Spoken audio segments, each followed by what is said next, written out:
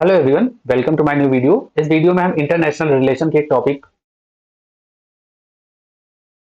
Sudan को discuss करने वाले हैं, जहां पर मानवीय संकट आया हुआ है और काफी समय से यहां पर सिविल वॉर की वजह से लोगों की स्थिति बहुत खराब हो चुकी है। इसके बारे में हम पढ़ेंगे और इससे रिलेटेड जो इंपॉर्टेंट फैक्ट्स होंगे उसको जानेंगे और उससे संबंधित मल्टीपल चॉइस क्वेश्चंस को सॉल्व करेंगे।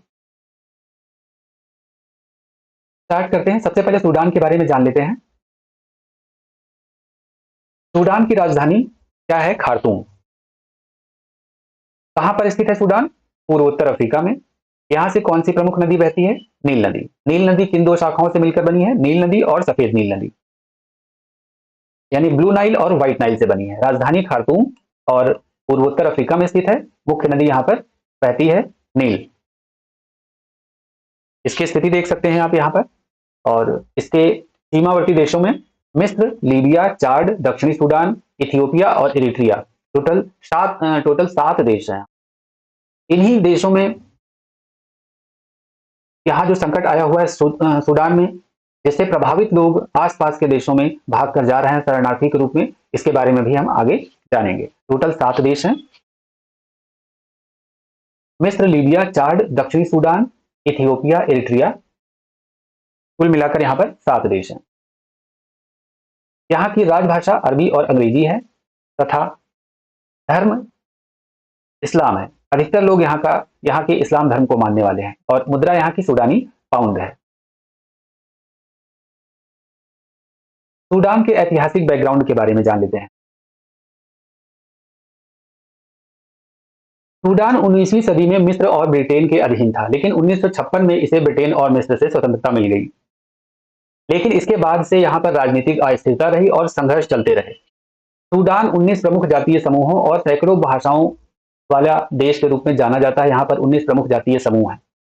इस विविधता यानी डाइवर्सिटी को मैनेज करने के लिए यहाँ की सरकारें असफल रही हैं, जिससे संघर्ष और असंतोष और बढ़ता गया है। 1989 में नेशनल इस्लामिक फ्रंट ने सत्ता पर कब्जा कर लिया और सूडान को एक इस्लामी राज्य बनाने की कोशिश की। इसी दौरान लोगों का गुस्सा फूट पड़ा और इसे लोगों के बीच में विद्रोह होने लगा। लोगों द्वारा विद्रोह किया जाने लगा, जिसको दबाने के लिए यहाँ की सरकार द्वारा कठोर कदम उठाए जाने लगे। वर्ष 2003 में दारफुर में विद्रोह को दबाने के लिए सरकार ने मिलिशिया संगठनों का उपयोग किया, जिन्हें बाद में रैपिड सपोर्ट फोर्स के रूप में पुनर्गठित कर दिया गया। वर्ष 2011 में देश बंट गया, दक्षिणी सूडान अलग हो गया। आर्थिक संकट और विरोध प्रदर्शनों के कारण वर्ष 2019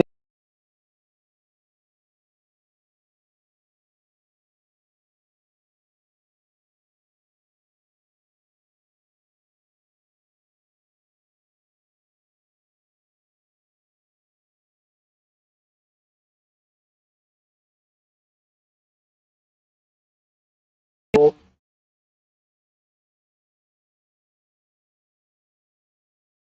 वर्ष 2003 में बनाया गया था। इनके बीच सत्ता के लिए संघर्ष शुरू हो गया, जिसने देश को एक बड़े मानवीय संकट में डाल दिया। अब हम जानते हैं कौन कौन इसमें लड़ रहा है, कौन कौन से संगठन इसमें शामिल हैं। वो है आरएसएफ, रैपिड सपोर्ट फोर्स, जो कि 2013 में बनी थी, और दूसरी तरफ है सूडान की आर्मी। इस संघर्ष की शुरुआत 15 अप्रैल 2023 से हुई थी। इसमें 2 संगठन जो शामिल हैं, रैपिड सपोर्ट फोर्सेस और सूडानी सेना। ये क्यों लड़ रहे हैं? सत्ता पर नियंत्रण के लिए, जिसकी वजह से सिविल वॉर यहां पर छिड़ गया है और लोगों को बहुत सी दिक्कतों का सामना करना पड़ रहा है और यहाँ पर भूखमरी और कुपोषण बहुत तेजी से फैल रहा है। इस संकट की वजह से लगभग 25 मिलियन लोग प्रभावित हो चुके हैं और 50% आबादी को खाने की एक बड़ी समस्या पैदा हो गई है। अकाल की शुरुआत जमजम कैंप से होती है, जो कि नॉर्थ दारफुर में है।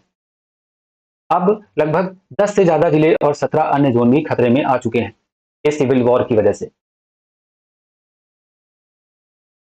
कितनी मौतें और कितने लोग पलायन कर चुके हैं शरणार्थियों के रूप में, उसके बारे में भी जान लेते हैं।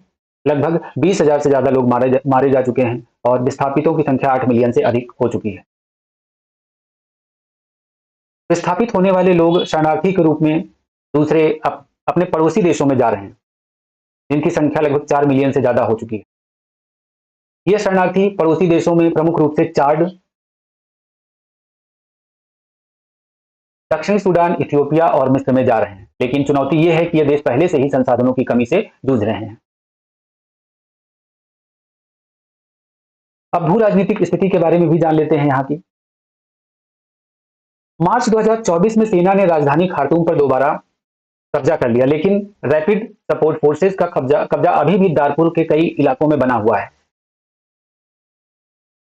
अल फशेर, जो कि नॉर्थ दारफुर की राजधानी है, अभी भी घेराबंदी में है। यहाँ पर मेडिकल और फूड सप्लाई की हालत बहुत खराब है। तब फिर प्रश्न यह उठता है, क्या यहाँ पर कोई ऐसा है जो यहाँ के लोगों की मदद कर रहा है या फिर मदद करने का प्रयास कर रहा है? तो इसका आंसर है वर्ल्ड फूड प्रोग्राम, जो लगभग हर महीने लोगों की मदद कर रहा है। लगभग 3 मिलियन लोगों को हर महीने मदद पहुंचाई जा रही है। डिजिटल कैश ट्रांसफर की सहायता से खाना पहुंचाया जा रहा है और अगला लक्ष्य 6 से 7 महीने में 7 मिलियन लोगों को मदद पहुंचाना है। इसके लिए इन्हें फंड की आवश्यकता है, $650 मिलियन से ज्यादा सूडान के लोगों के लिए और $150 मिलियन से अधिक रिफ्यूजीज के लिए।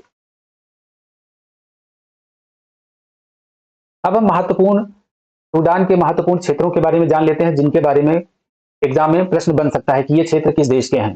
जैसे दारफुर, जो कि सत्ता संघर्ष का एक प्रमुख केंद्र है और ऐतिहासिक दृष्टि से यह अस्थिर क्षेत्र है। कोर्डोफन, जो कि तेल से भरपूर क्षेत्र है और रणनीतिक दृष्टि से महत्वपूर्ण है। जमजम कैंप, सबसे पहला अकाल यहीं पर दर्ज किया गया था। यहाँ की हालत बहुत ज्यादा खराब है, हजारों बच्चे यहाँ पर कुपोषित हो चुके हैं। और अल फशेर, जो कि नॉर्थ सूडान का एक क्षेत्र है, यह मानवीय आपूर्ति की अंतिम कड़ी भी है। यहाँ पर महत्वपूर्ण चिकित्सा और राहत केंद्र है। कुछ इंपॉर्टेंट फैक्ट्स और जान लेते हैं यहाँ के बारे में। सूडान संकट को 21वीं सदी का सबसे बड़ा मानवीय संकट भी माना जा रहा है। रैपिड फोर्सेस की स्थापना कब हुई थी? वर्ष 2013 में हुई थी। सूडान में अब तक की सबसे बड़ी आंतरिक विस्थापन को देखा गया है। बहुत बड़ी संख्या में लोग विस्थापित हुए हैं यहाँ से। इसे 21वीं सदी का सबसे बड़ा मानवीय संकट भी माना जा रहा है। सूडान में वर्ष 2023 के बाद से संयुक्त राष्ट्र की मानवीय पहुंच सीमित हो गई है। अब हम इस पर आधारित कुछ मल्टीपल चॉइस क्वेश्चंस को सॉल्व करते हैं।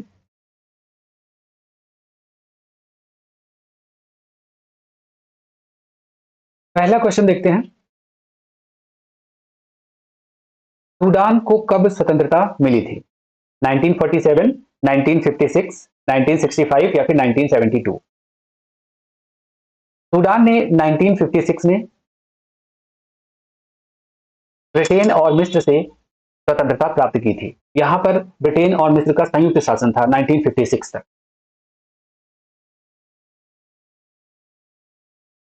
सेकंड क्वेश्चन, वर्तमान गृह युद्ध की शुरुआत कब हुई थी जिससे सूडान प्रभावित है? वर्ष 2019, 2020, 2022 या फिर 2023? इसका आंसर है 2023। 15 अप्रैल 2023 से सूडानी आर्म्ड फोर्सेस और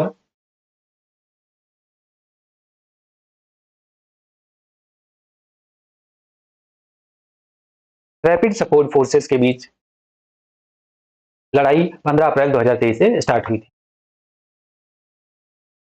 थर्ड क्वेश्चन, आरएसएफ की स्थापना, रैपिड सपोर्ट फोर्सेस की स्थापना कब हुई थी? 2001, 2007, 2013 या फिर 2019? इसका आंसर है रैपिड सपोर्ट फोर्सेस को वर्ष 2013 में स्थापित किया गया था, वर्ष 2013 में। नेक्स्ट क्वेश्चन, सूडान की राजधानी क्या है? जूबा, पोर्ट सूडान, खार्तूम या फिर अल उबैद? इसका आंसर है खार्तूम। खार्तूम सूडान की राजधानी है, जो कि नील नदी के किनारे स्थित है। हमने देखा था नील नदी दो नदियों के मिलने से बनी है, ब्लू नील और व्हाइट नील।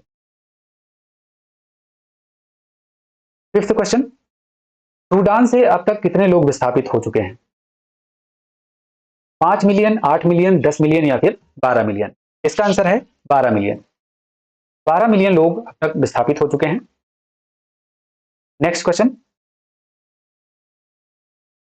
सूडान का सबसे प्रमुख बंदरगाह कौन सा है?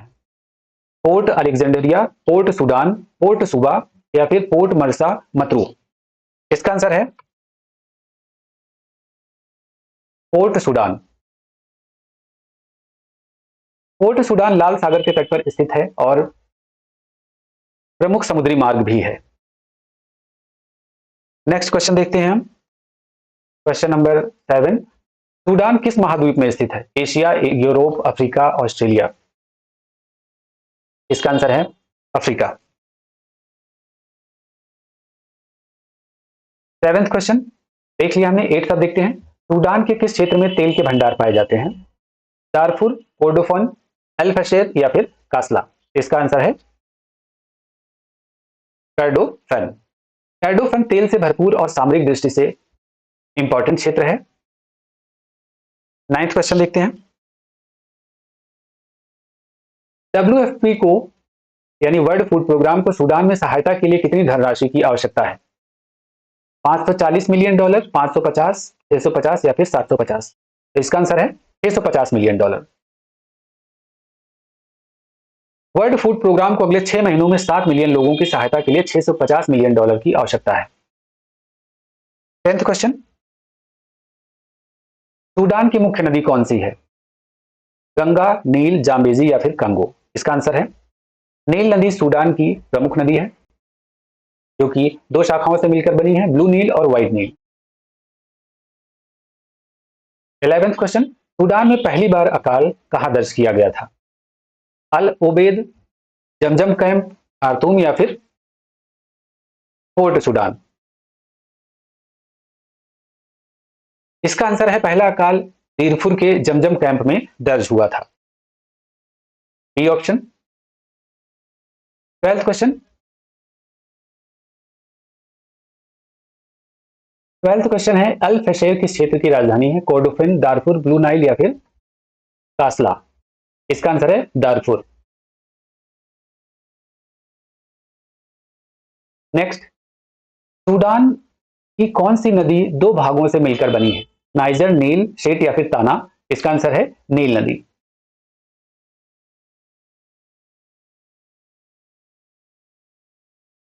14 क्वेश्चन, सूडान से अलग होकर दक्षिणी सूडान कब स्वतंत्र हुआ था? वर्ष 2005 में, 2008 में, 2010 में या फिर 2011 में? इसका आंसर है वर्ष 2011 में।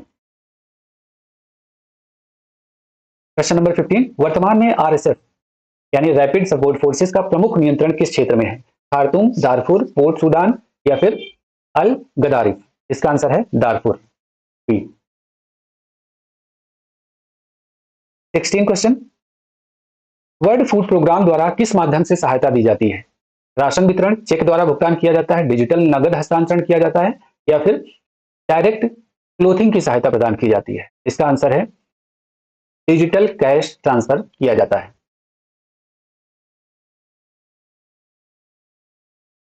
C option. 17, सूडान में प्रमुख धर्म कौन सा है? मुख्य धर्म कौन सा है? ईसाई, बौद्ध, इस्लाम या फिर यहूदी? इसका आंसर है इस्लाम। सूडान में इस्लाम प्रमुख धर्म है और यहाँ की अधिकांश आबादी मुस्लिम है। 18th क्वेश्चन, कोर्डोफन क्षेत्र क्यों महत्वपूर्ण है? कोर्डोफन क्षेत्र खेती के लिए उपयुक्त है, धार्मिक स्थल है यहाँ पर, या फिर धार्मिक स्थल के रूप में प्रसिद्ध है, या फिर तेल भंडार है, या फिर जल स्रोतों के लिए? इसका आंसर है यहाँ पर ऑयल रिजर्वायर रिजर्व्स हैं, आंसर सी है इसका। इसलिए यह रणनीतिक रूप से महत्वपूर्ण है क्योंकि यहाँ पर तेल के भंडार हैं।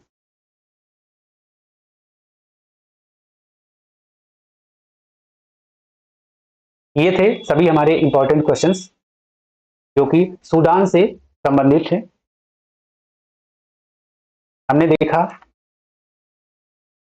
सबसे पहले कि सूडान का संघर्ष क्यों शुरू हुआ, सूडान के बारे में फैक्चुअल इंफॉर्मेशन हमने जानी, राजधानी खार्तूम है, कहाँ पर स्थित है? पूर्वोत्तर अफ्रीका में, यहाँ पर मुख्य रूप से नील नदी बहती है। इसके सीमावर्ती देश कौन कौन से हैं? मिस्र, लीबिया, चाड, दक्षिणी सूडान, इथियोपिया और इरिट्रिया। टोटल 7 देश हैं। यहाँ की राजभाषा अरबी और अंग्रेजी है।